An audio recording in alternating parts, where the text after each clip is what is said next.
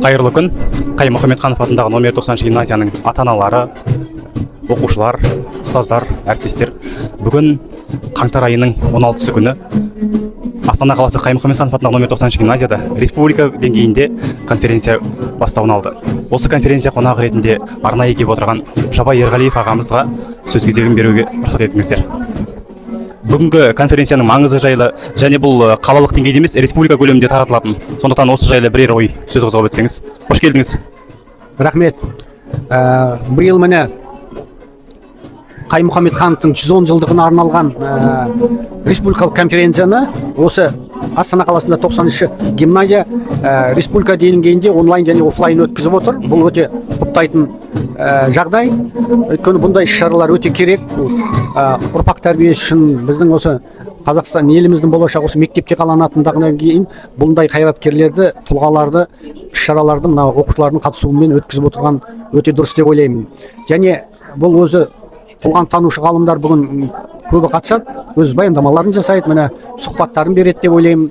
Сол тұлға танушы ғалым ретінде маған осы Қайым Мұхамедханов өте ұнайды. Өйткені бұл кісінің өмірі бұл енді күрескер, қайраткер деймін мен. Өзі айтқан сөзінен жаңылмай, сол айтқан сөзінде тұрып, нағыз үлгі болатын тұлға.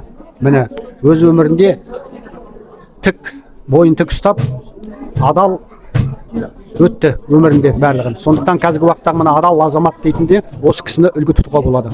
Жаңағы адал азамат тәрбие бағдарламасы қазір біртұтас республика көлемінде таратылып кетті. Дәл сол бағдарламаның алғы сөз ретінде осы Қайым Мұхамедхановтың адалдық жайлы ойларын айтуға болады. Себебі әуезовті сат деді, бірақ сатпадым деп өзінің бір естелігінде айтады. Және де бақыт дегеніміз ол еркіндік дейді. Еркін сөйлеп, еркін тұру. Және де жалпы осы бұл Қайым Мұхамедхановтың абай шығармаларын текстологиялық жағынан зерттеуі, мақалалар жіберуі, әрбір пікірін дәлелмен келтіріп отырған. Осы тұста осы 2 жыл көлемінде ғана болды. Семей қаласында ұстаз бен шәкірт ескерткішінің ашылуына президентіміз Қасым-Жомарт Кемелұлы Тоқаев өзі барып қатысқан болатын. Осы жайлы бірер сөз айтып өтсеңіз. Бұл жаңағы өзіміз айттық қой, ұрпақ тәрбиесіне бұл өте қажет деп. Сондықтан бұл жаңағы ұстаз бен шәкірт, бұл кісі ұстазын өмір бойы қадірлеп өткен. Міне абай тануда бұл кісі сол кездегі адал азамат деп айтып жатырмыз. Міне ұстазына жап-жас жігіт қой, бұл қанша малын өмір тұрды. Сонда сотталмай тұрмыз. Осы қол қойсаң, ұстазың сатсаң, жаңағы бас бостандығын береміз деген ғой. Сонда ұстазын сатпай, міне сотталып кете барған. Өмір айтып отырмын ғой, күрескер тұлға бұл кісі. Сондықтан сол кезде Мұхтар Әуезов сотталып кетсе, абай жолы романы болар ма дегендей ғой. Сондықтан бұл сабақтас мүмкін үзіліп қалар еді. Сондықтан әр өмірде міне өзіңіз айтып отырған үлгі тұтып, ұстаз бен шәкірт осындай болу керек. Ұстаздан жаңағы шәкірт озу керек дегендей, бұл кісі сол өмір бойы ұстазын сыйлап өтті.